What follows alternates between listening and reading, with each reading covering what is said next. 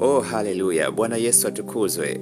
Bwana Yesu atukuzwe sana, mpenzi msikilizaji na mtazamaji ambao umekuwa ukiendelea kutufuatilia. Majina yangu naitwa mtumishi wa Mungu Kuhani Sami, ambaye nimepata neema na kibali cha kuweza kuzungumza na wewe kwa siku hii ya leo.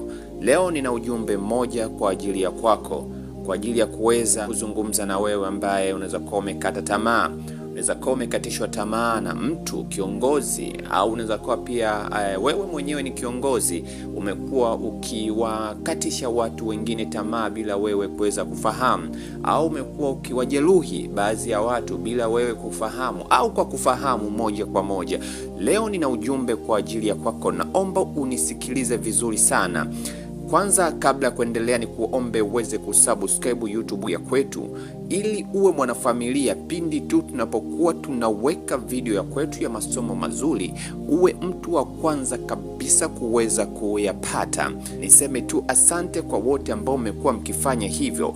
Asante kwa wote ambao mmekuwa mkinitafuta. Asante kwa wote ambao mmekuwa mkinipigia simu na kuniambia, baba, tumekuwa tukibarikiwa sana na mafundisho ambayo umekuwa ukiandaa na kuyaleta kwetu. Leo ninayo habari njema kwa ajili ya kwako, wewe ambaye unapitia changamoto, wewe ambaye umejeruhiwa kupitia viongozi na kuweza kuwa pia ni viongozi wa huduma. Tumekuwa tukiongozwa na viongozi katika huduma zetu, lakini tumekuwa tukiongozwa na viongozi katika majukumu yetu. Inaweza kuwa ni biashara, lakini inaweza kuwa pia ni kazini. Unaweza kuwa na kiongozi wako kazini, unaweza kuwa na kiongozi wako labda ni mwanafunzi shuleni. Tumekuwa tukiumiza na kuumizwa bila sisi aidha kujua au kutambua kwamba tunaumiza watu wengi, au wale ambao wamekuwa wakituumiza wamekuwa wakifanya kwa makusudi, na wengine wamekuwa wakifanya bila wao kutambua, na shetani amekuwa akitumia nafasi hiyo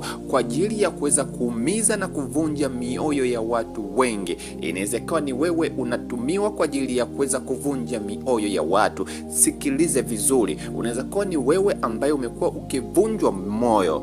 Leo ninayo habari njema kwa ajili ya kwako. Ujumbe wangu kwa siku hii ya leo ni kuwa na busara katika uongozi ambao tumekuwa tukipata kibali cha kuweza kuongoza. Inaweza kuwa ni uongozi wa kihuduma, nazungumzia kanisani, madhabahuni, na inaweza kuwa pia ni uongozi kazini, inaweza kuwa pia ni uongozi katika shughuli mbalimbali za kijamii ambazo tumekuwa tukipata uongozi. Inaweza kuwa ni uongozi wa kisiasa, umekuwa umepewa dhamana ya kuweza kuongoza aidha wananchi, lakini pia katika uongozi wako utakiwa ujitafakari, je, haya ambayo nakwenda kuyazungumza katika siku ya leo umekuwa ukiyafata kwa staili gani? Umekuwa upo katika engo gani? Nikwambie tu, kiongozi wa kweli hahitaji kujinua kwa kuwakandamiza wengine kwa njia yoyote ile. Hahitaji kuweza kuwakandamiza wengine kwa sababu yoyote ile. Heshima ya kweli haiji kwa nguvu. Sikiliza nikuambie, msikilizaji ambaye umekuwa ukinisikiliza na kunifuatilia, kumbuka, heshima ya kweli haiji kwa nguvu, bali kwa hekima, upendo na haki. Kama utatafuta makosa ya watu au makosa ya mtu kwa kulazimisha ili uonekane mwenye haki, unajizalilisha kimya kimya mbele za Mungu na mbele ya wanadamu. Mafanikio ya kweli ya uongozi hayapatikani kwa kuogopwa, bali kwa kuaminiwa. Kumbuka msikilizaji na mtazamaji ambaye umekuwa ukinisikiliza, jina langu naitwa Kuhani Sami. Nimekuwa nikikuletea masomo kama haya mara kwa mara. Kama ndiyo mara ya kwanza umekuwa ukitufuatilia, unaweza ukaandika namba yangu ya simu na ukanitumia ujumbe mfupi wa changamoto ambayo umekuwa ukipitia. Unaweza kuwa unaota ndoto mbaya na hauelewi nini maana ya ndoto hizo. mwongozo, basi nipo hapa kwa ajili ya kuweza kukusaidia. 0627 40 50 02. Namba hii pia ipo katika WhatsApp, unaweza ukanitumia ujumbe popote kule uliko. Nimekuwa nikipokea pia jumbe kutoka mataifa mbalimbali. Pakistani pia umekuwa na wafuatiliaji wengi sana ambao wamekuwa wakinifuatilia na kunitumia ujumbe mfupi. Lakini kutokea kule Philippines pia nimekuwa nikipata watu ambao wamekuwa wakinitafuta na nimekuwa nikibarikiwa sana kuweza kufanya huduma nao. Sasa tuendelee msikilizaji.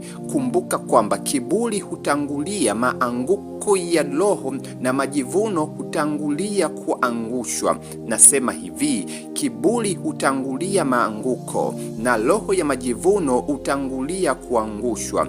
Kitabu kile cha Misali 16:18 utaweza kusoma na kuona ni kwa jinsi gani maanguko haya yamekuwa yakiwapata watu, na unaweza ukaelewa na maanisha nini. Fungua kitabu kile cha Misali 16:18 uweze kusoma, utaweza kupata maana nzuri zaidi. Tafuta hekima kabla ya mamlaka, maana mamlaka bila hekima ni hatari kwa wote na kwa kiongozi mwenyewe. Mimi nikushukuru sana kwa wewe ambaye umekuwa ukitutembelea katika mitandao yetu mbalimbali ya kijamii, nikizungumzia Facebook pamoja na YouTube, lakini pamoja na Instagram na TikTok.